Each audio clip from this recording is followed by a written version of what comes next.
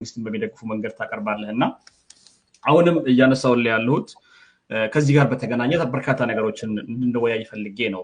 ጠንከር ያሉ ጥያቄዎችንም ደጋግሜ ማነሳለህና ይሄ ጥያቄ የተነሳው በተለይ የጤና ባለሙያዎች የተነሱት ጠቅላይ ሚኒስትሩ ፊት ቆሞ ነው። የዛሬ 6 ዓመት አካባቢ ወደ 7 ዓመት ሊጠጋ ነው ይሄድ ያለው። እነዚህ ሰዎች ለ6 ዓመት የጠበቁትን ጥያቄ ዛሬ በዚህ ደረጃ እስኪደርስ መንግስት ዝም ማለቱን ምንድነው ያንተ እይታ? የሚሰጥህ መልስ ምንድነው? ላይክ ኢኮኖሚ ምናልባት ዘንድሮ በተያዘ በጀት በሀገሪቱ ጂዲፒ ላይ ተመስርቶ ሊያልፍ ይችል ይሆናል። ላለፉት 6 ዓመታት ግን መንግስት ዝምታን የመረጠው በዚህ ጉዳይ ላይ ያንተ ምልከታ ምንድነው እዚህ ላይ? እኔ እንግዲህ ምክንያታቸውን እነሱ ናቸው የሚያውቁት። በነገራችን ላይ የብልጽግና ፓርቲ ደጋፊም አባልም አይደለሁም ማለት ኢትዮጵያ ውስጥ ያለ መንግስት ደግሞ እንደ መንግስት ኦፕሬት እንዲያደርግና ህዝቡ የተረጋጋ መንግስት እንዳይኖረው እንፈልጋለሁ ማለት አይደለም። የተረጋጋ መንግስት ብዙ ጊዜ እኛ ሀገር ማንለየው ፖለቲከኛ፣ ፓርቲ፣ መንግስት፣ ሀገር በዚህ ኦርደር ነው። ፖለቲከኛ የራሱ ጉዳይ ነው ማለት እኔም ያው እንደ ፖለቲከኛነት የራሱ ጉዳይ ነው ማለት ፖለቲከኛ ብዙም አልጨነቀለትም። አሜን እንደ ሰው አከብራለሁ። ፓርቲ ብዛም ነው። መንግስት ላይ ትንሽ ኮስተር ይላል። because የመንግስት የሌለው ሀገር ምን እንደሚሆን እነ ኬንያን ባልካናይዝድ የሆኑ ሀገሮችን ስላየን መንግስት ማለት ምን ማለት እንደሆነ አውቃለሁ። መንግስት ደግሞ የአንድ ፓርቲ ገጽታና አንድ ፓርቲ ብቻ ኮንትሮል መደረጉንም አላምንበትም፣ ትክክልም አይደለም። ሀገር ላይ ሲመጣ ደግሞ ከናካቴው ኮስተር ነው ብሎ ማለት ነው ሐሞቴ ይቆመጣል ያኔ። በዚህ ደረጃ በዚህ ቅደም ተከተል ነው የምናያቸው። ከፓርቲው ጋር ግንኙነት የለኝም። ሰዎች ያውቃለሁ፣ ፖለቲከኞች ጋር ብዙ ማውቃቸው ፖለቲከኞች አሉ in and out of that. መንግስት እንደ መንግስት ኦፕሬት እንዲያደርግ የተሻለ መንግስት እንዲሆን ነፃና ዲሞክራሲያዊ የሆነ ምርጫ የሚያካሄድ ጤነኛ መንግስት እንዲሆን እፈልጋለሁኝ። ለዛ ነው የምናገራቸው ነገሮች አንዳንዴ መንግስትን የጸና መንግስት እንዲኖረን የተስተካከለ የመንግስት ስትራክቸር እንዲኖረን ካለኝ ፍላጎት አንፃር የፓርቲ ደጋፊ ሲያስመስለኝ ብዙ አይገርመኝም። እውነታው ግን ይህን አራቱን የፖለቲካ ተዋረድ ሃይራርኪ ካለማወቅም ብዙ ጊዜ ሰዎች ይሳሳታሉ። እስካሁን ለምን አቆየ? እኔ እስከምረዳው ድረስ ለምን ፕራዮሪታይዝ ማድረግ ይሄን አልተቻለም ነው። ኢኮኖሚ ስትሬን እንዳለ በጀት ላይ ፕራዮሪታይዜሽን ላይ ችግሮች ሊኖሩ ይችላሉ። ይሄ እነሱ ሊጠይቁ የሚገባው እኔም የምጠይቀው ነገር ነው። ምንድን ነበረ ባለፉት አመታት ውስጥ እንግዲህ አንድ ጦርነት አድርገናል ብያለሁ ቅድም። በቢሊዮን የሚቆጠር ዶላር ወደ 28 ቢሊዮን ዶላር የወጣበት ብዙ የደቀቅንበት ነገር ነው። ያ ፕራዮሪታይዝ ተደርጎ አንገብጋቢ ያው እሳትን እየነደደ እንደመሆኑ መጠን አንገብጋቢ ሆኖ የመንግስትን አቴንሽን ወደዛ የወሰደበት ከዛ ደግሞ ሰብሲኩዌንትሊ የተወለዱ ከዛም በፊት የመጡ አንዳንድ የጸጥታ ጉዳዮች የመንግስትን አቴንሽን የሚስቡበት በቂ ድጋፍም የሌለው የተጠናከረ ጥቃት ከተለያየ አቅጣጫ የሚከፈትበት በተለይ ውጪ ከምንኖር ሰዎች ብዙ ነገር እንዳለበት አውቃለሁ። ስንፍናዎችም እንዳሉ አውቃለሁ። ሰነፎችም አሉ በመንግስት ውስጥ፣ ሌባም አለ፣ ከበቂ በላይ ሌባ አለ፣ ሙሰኛም አለ። የራሱ ችግር እንዳለበት እንደ አንድ የመንግስት ስትራክቸር እንደ አንድ ፓርቲ ይሄን ፕራዮሪታይዝ ማድረግ ለምን አልቻለም? ይሄን መፍታት ነበረበት። ጥሩ ጥያቄ ነው፣ ግን ቤተር ሌት ዳን ኔቨር ነው ማለት ነው። ያለፈው እንዳለፈ ሆኖ አሁንም ለመፍታት this is the best time። አሁንም ቁጭ ብለው ተነጋግረው ወደ መፍትሄ ይራሻሉ። ወደ መፍትሄ የሚያስኬድ መንገድ ይኖራል ብዬ ተስፋ አደርጋለሁ። አቴንሽናቸውን አግኝተዋል። አትሊስት አሁን ባለው እንትን የተወሰነ አቴንሽናቸውን አግኝተዋል፣ ግን ሪዋርድ አይደረግም። በተለይ አንዳንድ ኤስኬሌሽኖቹ ፖለቲከኛው ምጁን እያስገባበት ሲሄድ ሞር ኔጌቲቭ ሪፐርከሽን እንዳይኖረው እንዳልኩ ስቴክ ሆልደሮች በጉዳዩ ሊጎዱም ሊጠቀሙም የሚችሉ ትክክለኛዎቹ ኢንቮልቭመንት ያላቸው መንግስት፣ የህዝብ ተወካዮች፣ የመንግስት ተወካዮች እና የሲቪል ሰርቫንቶቹ ሐኪሞቹን ጨምሮ ተወካዮች ይነጋገሩበት። እነሱ ቢያደርጉት ይመረጣል። ቢኮዝ እኔ አይ ዶንት ሃቭ ኤኒ ስኪን ልጠቀምባቸው እችላለሁ፣ በፈለኩ ሰዓት ተጠቀምባቸዋለሁ እንጂ እነሱ የሚጠቀሙብኝ እድሉ በጣም ጠባብ ነው። ስለዚህ ራሳቸው ስቴክሆልደር እዛው ዋጋውን ሊከፍሉ የሚችሉ ቢለማም ቢከፋም እነሱ ባለቤት የሆኑበት ባለድርሻ የሆኑት ከኢትዮጵያ እስካሁን ባይቆይ ጥሩ ነበረ። እስካሁን የቆየበትን ምክንያት በግልጽ አውጥቼ እዚህ ጋር በትኜ ብነግርህ ደስ ይለኛል። መንግስት ተወካዮችን አናግሬ ምናልባት ወይም አንተ አናግረህ ልናገኘው እንችላለን ምን እንደሆነ ኤክስኪዩዛቸው ኦር ሪዝናቸው ማለት ነው። በት አትሊስት እንደምናውቀው የኢኮኖሚ ስትሬን እንደሚኖር ታውቃለህ። 28 ቢሊዮን ዶላር ያህል የሚገመት ገንዘብ በጦርነት ላይ አንድ ጦርነት ላይ ብቻ ካወጣ ስትሬኑ እንደሚኖር ክሊርሊ ይታወቃል። ጥሩ። አሁን እዚሁ ጋር ባነሳህልኝ ጉዳዮች ላይ ለቦን እነሳና እንግዲህ ወደ መንግስት ኤክስፔንሶች እንላለን። የመንግስት ወጪዎችንና መንግስት በሚያወጣቸው ጉዳዮች ላይ ፖለቲከኛ እጁን አስገባበት የሚለው ጉዳይ ላይ እንመጣበታለን። በደንብ የምንወያይበት ርዕስ ነው የሚሆነው እሱ። ለሚጠፋው ነፍስ ማን ነው ተጠያቂ? ዛሬ 6 ዓመት ጠይቆ አንድ ዶክተር ዛሬ በቃ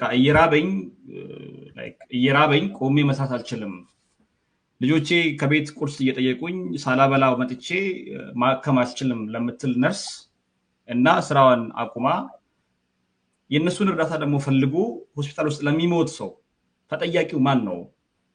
እንዴት ነው ይሄን የምትረዳው?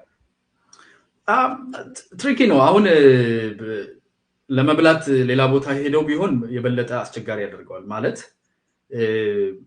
እዚህኛው ቦታ ያለው ይሄ ለመብላት ለኔ ፍላጎቶች ለቤተሰቤ ፕሮቫይድ ለማድረግ በቂ ስላልሆነ በቂ ነገር ወስደው ከሆነ ወደዛ ሄደው በቂ ነገር ለቤተሰባቸው እየፈለጉ ከሆነ ኦፍ ኮርስ ልትረዳ ትችላለህ።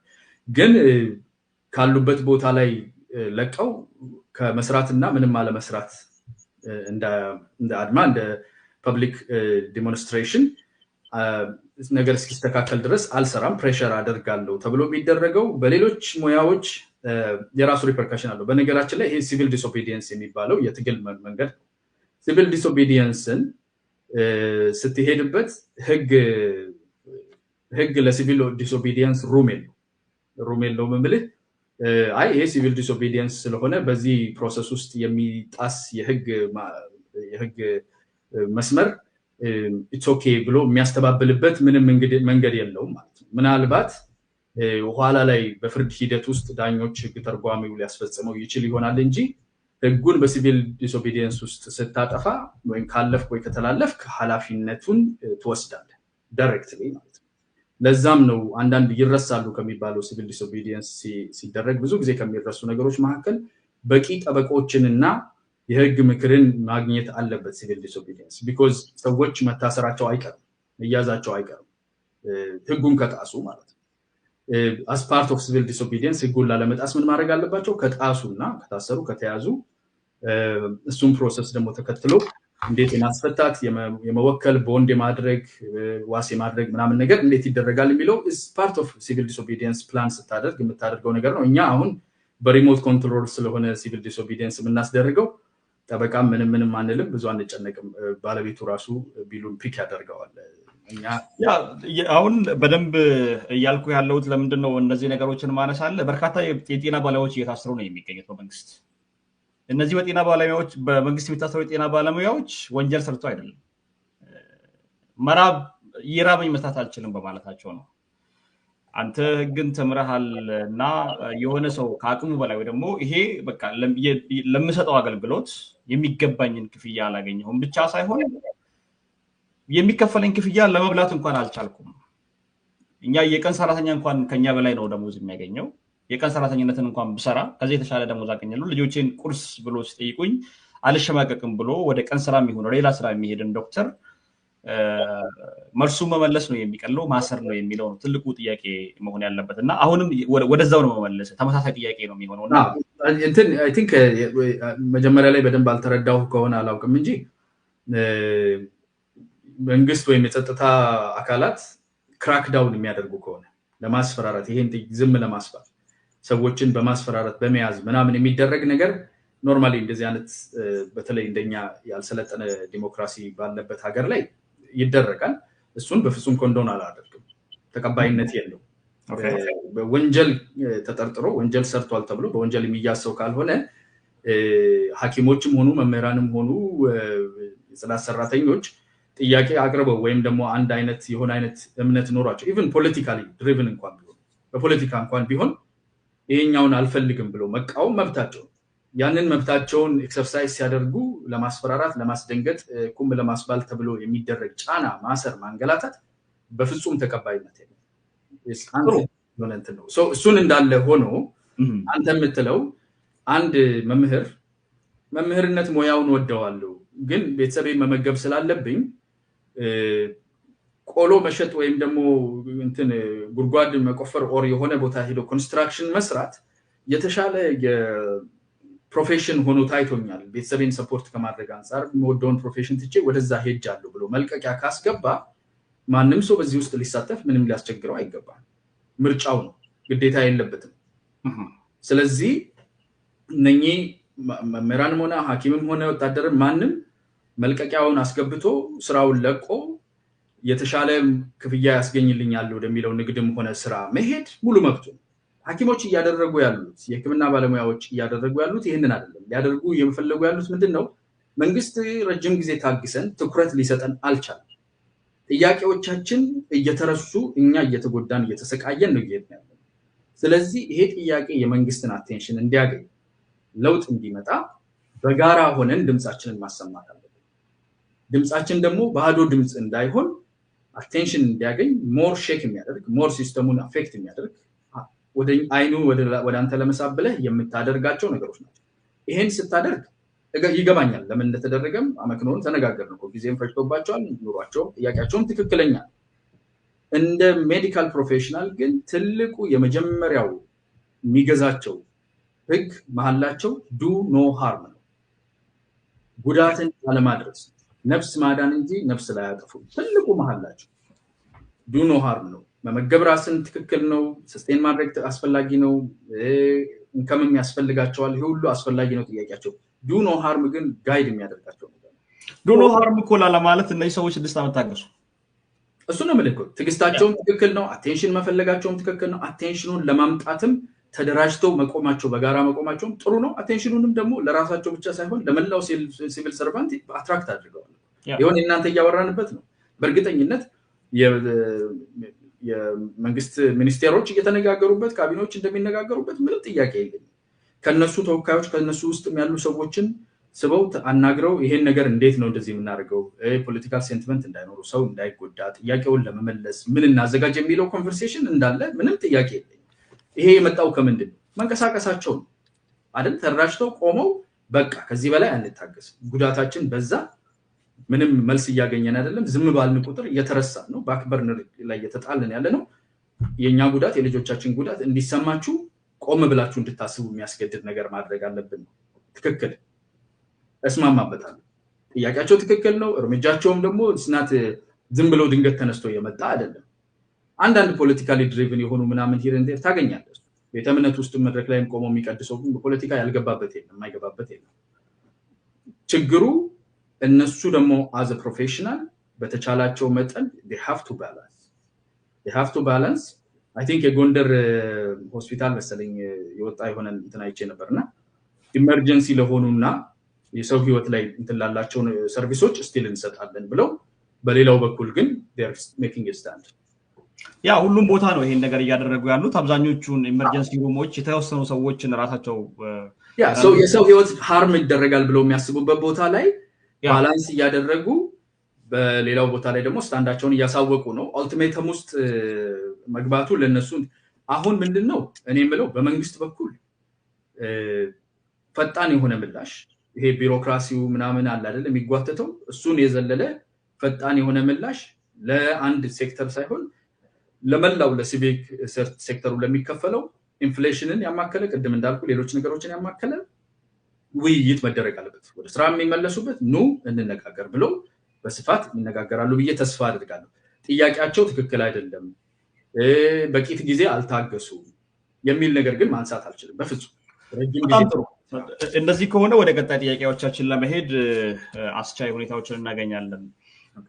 ጥያቄያቸው ትክክል አይደለም ካል ላለፉት 6 ዓመታት ሀገሪቱ የነበረችበትን ሁኔታ እናስታውሳለን። ጦርነቶችን ታሳልፋለች። ጦርነቱ ራሱ ፍትሃዊ ነው ወይንስ በስልጣን ለማስጠበቅ የመጣ ጦርነት ነው የሚለውን ሌላ የጦርነት ታሪኩን ዘርዝረን መወያየት ያስፈልጋል። ምናልባት ግን በጦርነቱ የወጣውን ወጪ እናስብና እሱን ደግሞ እናስቀምጥ ከተባለ ከጦርነቱ ባሻገር ያሉ በቅንጦት ደረጃ የተሰሩ በሀገሪቱ ውስጥ በቅንጦት ደረጃ የተሰሩ ሀብቶችን ስትመለከት ይሄ መንግስት የራስን ገጽታ ግንባታ ከመስራት ባሻገር የሀገሪቱን ህዝብ ችግርና ሰቆቃ አልተረዳም የሚሉ ሰዎች አሉ። ያን ተመልከታ ምንድነው እዚህ ላይ ምናልባትም ከዚህ ጋር ያይዘን የምናነሳቸው ነገሮች አንድ ኮሜንት ስታደርግበት ያየውን ነገር ኮንነህ ማለት ነው። የቅንጦት የተገነቡ ቤተመንግስቶችም ሆኑ ሪዞርቶች ለግል ይተላለፉና ብሩ እንደዚህ ለመንግስት ሰራተኞችም ሆነ ዶክተሮቹ ወጪ ወይ ደግሞ ደሞዝ ይሸፍንላቸዋልና እንደዛ ይደረግ የሚለውን ነገር ስትኮነን እንደሰማሁትና እንዴት ነው ይሄን ነገር የተረዳኸው? ያለ አግባብ የወጡ ምናልባት ዛሬ ዳቦ ለሚናፍቀው ሰው ቤተመንግስት ገነባው ለሚል መሪ የሀገር መሪ ያንተ መልስ ምንድነው? ጥሩ ጥያቄ ነው። from a layman point of view just እንደዚህ ስታየው ብሩ ሁሉ ከአንድ በኩል የሚወጣ ከአንድ ገንዳ የሚቀዳ ሊመስለው ይችላል። አንዳንድ ነገሮች ለሁሉ ነገር available አይደለም። እኔ አሁን አንተ እንደ አንድ አረብ ሼክ ወይም ደግሞ አንድ የውጪ ባለሀብት መተህ እዚህ ጥሩ ቦታ ላይ ኪ የሆነ ቦታ ላይ በነገራችን ላይ ቤተመንግስት አይደለም ሳተላይት ሲቲ ነው የሚባለው ሰፊ ከተማ ስለሆነ ሳተላይት ሲቲ ይገንባ እዚህ ሳተላይት ሲቲ ውስጥ አንተ ኮንስትራክት በማድረጉ ላይ $1 ቢሊዮን ያህል እንደዚህ አይነት ቦታ ላይ ኪ ቦታ አለ ይሄን ብትሰራ ቤኔፊት እናደርጋለን አብረን ኢንቨስት አድርግ ብለህ ስትጋብዘው ባለ ቅርበትም ሆነ በእንትን ናና አድርግ ስትለው እና $1 ቢሊዮን ስጠኝና ለሰራተኛ ደሞዝ ልክፈል ብትለው ያው ይገባል ለሰራተኛ ደሞዝ ክፈል ብሎ $1 ቢሊዮን የሚሰጥህ ማንንም ያጎት ልጅ የለም ለራሱ ኢንትረስት አብሮ ለማደግ አብሮ ለመስራት ሶሊሲት ልታደርግ የምትችላቸው ሪሶርሶች አሉ እነኚህ ሶሊሲት የሚደረጉ ሪሶርሶች ያመጡትን ሀብት ለምን ለደሞዝ አልዋለም ማለት አንችልም ለደሞዝ ሊውል የሚችል አልነበረም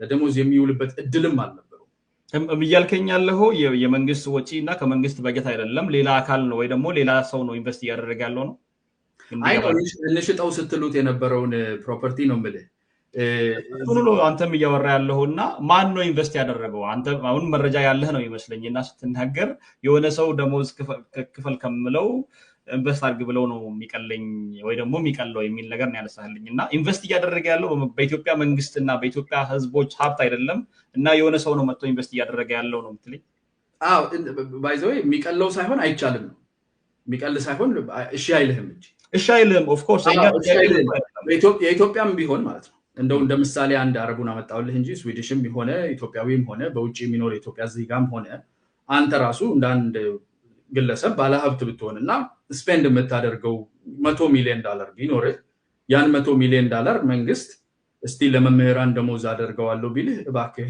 ነው ምንም ታምር የማይሞከር ነገር ነው because ወጪ ነው የሚሆነው ማለት የማይመለስ ወጪ ነው አለ so sunk cost pick አታደርግም ማለት ነው ኢንቨስት ነው የምታደርገው የሚያድግ ነገር አብሮ የሚገነባ ነገር ላይ ልታገኝ የምትችላቸው ሶሊሲት ልታደርግ የምትችላቸው ሪሶርሶች አሉ ይሄ ኢንፎርሜሽን እኔ በግሌ ከመስሪያ ቤት ወይም ከድርጅት ጋር ባለኝ ትስስር ወይም ቅርበት አይደለም ማግኘት ይሄ ኢንፎርሜሽን በፊት ለፊት የተነገረ ነገር ነው ፓርላመንት ውስጥ የተባለ ነገር ነው ቤተመንግስት በ40 ምናምን ቢሊዮን እየገነባችሁ ነው የሚል ጥያቄ ሲመጣ አንደኛ ቤተመንግስት አይደለም አሁን ያልኩት ሳተላይት ሲቲ ነው እየተገነባ ያለው ቤተመንግስት ነው ያለው ጠቅላይ ሚኒስትሩ አንተ ካስተካከልክላቸው ችግር የለም እሳቸው ግን እንገነባለን እንደውም ብሩን ታነሳቸው ብሎ ነው ሲናገሩ የነበረው እሱ ላይ የተናገሩትን ሄደህ ደግመህ ስማ ብዙ ሰው የተሳሳተው ስለሆነ ነው በደንብ ስለማቆም ነው ሚሞሪም አይነት ትንሽ ኤስዲው ትንሽ ተከታተላይቶ ከሆነ እስቲ ሄደን ማየት እንችላለን በግልጽ የተናገሩት አንደኛ ቤተመንግስት አይደለም ሳተላይት ሲቲ ነው የምንገነባው ሁለተኛ 49 ቢሊዮን አይደለም የጫካ ፕሮጀክት ብሎ ቤተመንግስት ብሎ ነው የሚገነቡት እነሱ እኮ ስም ሰጥተውት የጫካ ፕሮጀክት ብለውት ቤተመንግስት ብለው የጫካ ፕሮጀክት በርካታ ነገሮች ውስጡ በነገራችን ላይ ቤተመንግስት አለው ምናምን ብዙ ነገር አለው ነው ሲቲ ነው ሳተላይት ሲቲ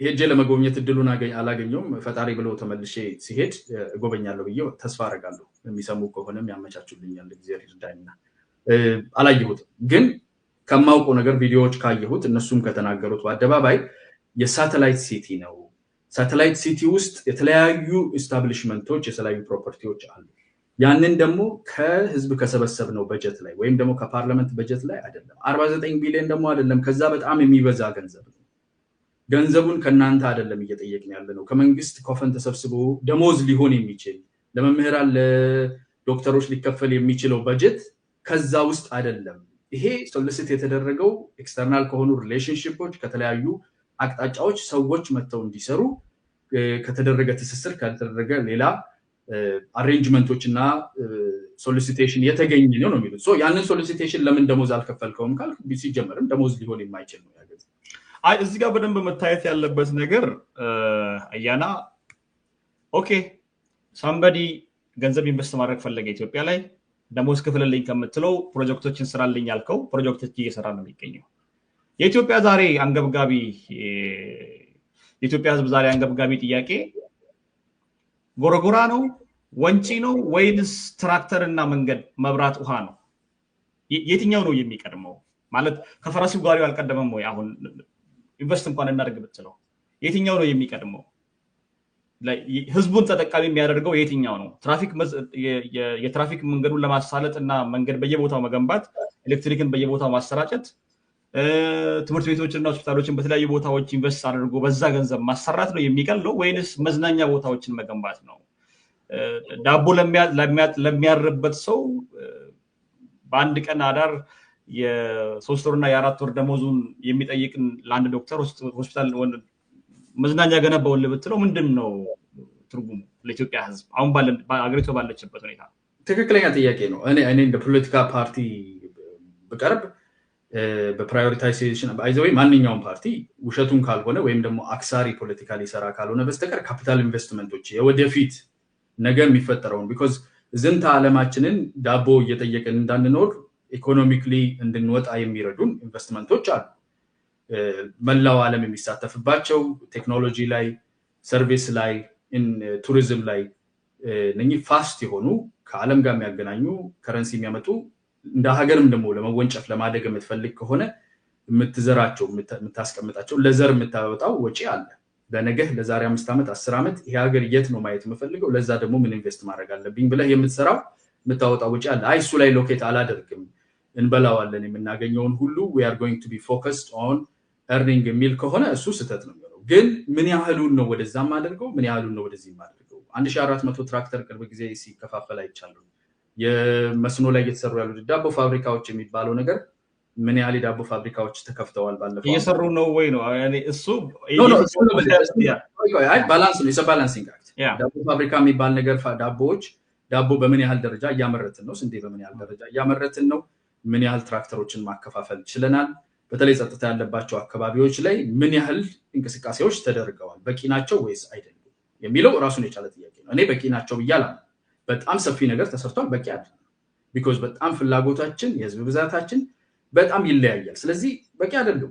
ተማሪ መመገብ የሚባል ነገር በጣም ይሄ የተለያዩ ፕሮጀክቶች አሉ ራሳቸው በቢሊዮን ዶላርስ የሚያወጡ ማለት ግን ካለን ኒድ አንፃር እነሱ በጣም ሙስሊም ናቸው። ግን ሁሉን ነገር እዛ ላይ ብቻ የምናደርግ ከሆነ ደግሞ ዳቦ ስናባረር የምንኖር ሀገር ልንሆን ነው ማለት ነው። ከዳቦ ማባረር የሚያወጣልና ኮምፒቲቲቭ የሚያደርገን የነገን ማርኬት ደግሞ ነገም የኛም ልጆች ተቀምጠው በዩቲዩብ ላይ ዳቦ ማንበላ ማን አልበላም ወሬ ከምናወራ ሞር ዓለም አቀፍ ተሳትፎ ልናደርግ የምንችልበት ሊያድግ የሚችል ሀገር እንድንሆን እነኚህ ኤዥያ ሀገሮችን ማየት ትችላለህ። ጥርሳቸውን ነከስ አድርገው ነገ ላይ ኢንቨስት አድርገው የሰሩት ስራ አለ። ነገ ላይ ቴክ ላይ ኢንቨስት የምናደርገው ኢንፍራስትራክቸር ላይ ኢንቨስት የምናደርገው ቱሪዝም ላይ ኢንቨስት የምናደርገው ነገር የሚያሳድገን ሰርቪስ የሚያሳድግ ቢኮዝ ሰርቪስ ነው ኖርማሊ ሀገር የሚያሳድገው። ገበሬ ሀገር አያድግም። ገበሬ ሀገር የዘነበለት ቀን ይበላል፣ የደረቀ ቀን ይራባል። ማዘመን እኮ ነው ግብርናን። አሁን ትልቁ ነገር እኛ ዛሬም አያቶቻችን የተሸከሙትን ቀንበርና ሞፈር ተሸክሞ የሚሄድ ገበሬ ይዘን መውጣት ነው ያለብን ከግብርና። እሱን ነው እኮ ትልቁ ጥያቄ። ማን ነው ያንን ገበሬ ከዛ ሞፈርና ቀንበር ማስለቀቅ ነው የሚቀድመው ወይንስ የቅንጦት ቤተመንግስቶችንና የቅንጦት ሪዞርቶችን መገንባት ነው የሚቀድመው? ትልቁ ጥያቄ ጥያቄ ወዴት ነው የምታወጣው? ገበሬውን እኮ አውጥቶ ጥግ ላይ ቆሞ እኮ እንትን አይደለም ዌልፌር አይደለም የሚቀበለው ገበሬው። 80% ፖፑሌሽናችን 85% የህዝባችን ወደ 100 ሚሊዮን የሚጠጋ ገበሬ ከምንሆን የገበሬው ቁጥር አነስተኛ ሆኖ በከፍተኛ ሁኔታ ፕሮዲዩስ የሚያደርግ ውስጣዊውን ፍላጎታችንን ሸፍኖ ጥሬ ዕቃ ከመላክ እንድንወጣ ሰርቪስ ላይ ቴክኖሎጂ ላይ ቱሪዝም ላይ ፎከስ እንድናደርግ ቱሪዝም ሊጎበኝ የሚችል ሰው ሊያርፍበት የሚችል ቼን ኦፍ ሪዞርትስ ቼን ኦፍ ኢንፍራስትራክቸር ያለው ከተማው ውስጡ ብትሄድ የማያሳፍር ሰው መጥቶ ዲል ስታደርግ የቴክ ዲል ልታደርግ ቢመጣ ቴክ ያለበት ሀገር የሚመስል እንጂ ገና በፕሌን ከላይ ወደ ታች ልታርፍ ስትል ሻንቲ የሆነ ዝገት የሆነ ሀገር ሄደህ ልታርፍ የምትችልበት ባዝሩሙ ፍላሽ የሚያደርግ እንኳን አንድ ደና ሪዞርት የሌለበት ሀገር ላይ ቱሪዝም ኑልኝ ማለት የጥንታዊ የዛሬ 200 300 1000 ዓመት በፊት የተሰሩ ባህላዊ ነገሮችን ብቻ ይዘህ ከዛ ጋር አኮሞዴት የሚያደርግ ነገር ሳሰራ ወደ ቱሪዝም መሻገር አትችልም። ቱሪዝም ውስጥ ተሳታፊ እንዲሆን ህዝቡ ቱሪዝሙን መንግስት ነው ወይ መያዝ ያለበት? አሁን መንግስት የራሱ የሆኑ ነገሮች አሉት አይደለም? የፌደራሉ መንግስት የሚሰራቸው ነገሮች በዛም መንገድ የምንሄድ ከሆነ ቱሪዝም እንፈልጋለን። አሁን እንፈልጋለን። ጎረጎራ ላይ፣ ወንጪ ላይ፣ ሌሎቹ ቦታዎች ላይ አላላኪ ላይ የሚገነቡ ነገሮች ይገነባሉ። ግን እነዚህን ነገሮች የግለሰቦች ግለሰቦች መገንባት አይችሉም ወይ? የግል ባለሀብቶች ድርሻ አይደለም ወይ ይሄ ነገር? የሚችሉበት ቦታ ይገነባሉ። ኃይሌ ሪዞርት ኤጃርፍ ያለው አይቼዋለሁ። ያ እና ኃይሌ ካፒታል ያለው ቦታ ላይ ግለሰብ ፕራይቬታይዝ ማድረግ አለብን። ቱሪዝም ብቻ ሳይሆን ቴክ ላይ ፕራይቬታይዝ ማድረግ አለብን። ሰርቪስ ላይ ፕራይቬታይዝ ማድረግ አለብን። ቱሪዝም ላይ ፕራይቬታይዝ ማድረግ አለብን። ሁሉ ነገር ላይ ፕራይቬታይዜሽን አስፈላጊ ነው። ዝም ብለህ አሁን እኛ ከሰፊ መንግስት ያለው በጣም የጠበበ የኢኮኖሚ አቅም ያለው ፐብሊክ ሴክተር ባለበት ይዘት መንግስት ያን ሁሉ ሀብት ይዞ ኢንቨስት የማያደርግና የማይሰራ ዳይሬክት ኢንቮልቭመንት ከሌለው ኢኔብል የማያደርግ ከሆነ ፐብሊኩን ብቻ ጠብቀ ወይም ባለሀብት ብቻ ጠብቀ ልትሄድ አትችልም። መንግስት የመንግስት ድርሻ አንድ በደንብ መረዳት ያለብን አያና የዚህን መንግስት ጥፋቶች ጥፋት ነው ብለን እንድንናገረው ስለፈለኩ ነው። በግልጽ ላይክ መንግስት ኢንቨስት ማድረግ ያለባቸው ቦታዎች ላይ ኢንቨስት ያደርጋል። ለምሳሌ ጎረጎራ ላይ የሆነ ሰው ሄዶ ለማስራት ገበያ ብዙ የለም ብሎ ሊያስብ ይችላል። ይሄን ሁሉ ኢንቨስት ማድረግ አልችልም ካለ የመንግስት ድጎማ ሊደረግለት ይገባል በተለያዩ ጉዳዮች ላይ። አሁን ያለውበት ሀገር ላይ እኔ የሆነ ነገር ቢዝነስ መጀመር ከፈለኩኝ ላይክ የካናዳን ፖሊሲ ነው የምነግርህ። እኔ ቢዝነስ የሆነ ነገር መጀመር ፈለኩኝ ባለኝ ሀብት ላይ ወይ ደግሞ ባለኝ ገንዘብ ላይ ፕሮፖዛል ለመንግስት አቅርቤ ከመንግስት ገንዘብ ድጋፍ ይሰጠኛል ማለት ነው።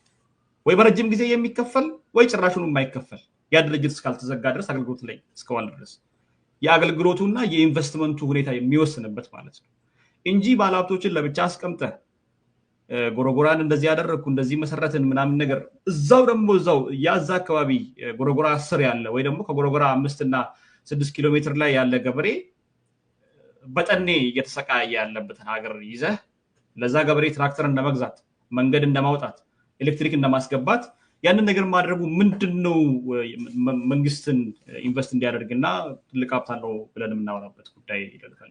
እሱ ነው ብለህ አሁን አንተ እንደ ባለ ሀብት ጎርጎራ ወንጪ ያየሁትን ብናገር ይቀለኛል። ወንጪ ማለት it's out in nowhere in the middle of nowhere በጣም ትልቅ ናቹራል ሪሶርስ አለ። በጣም ቢዩቲፉል ነው።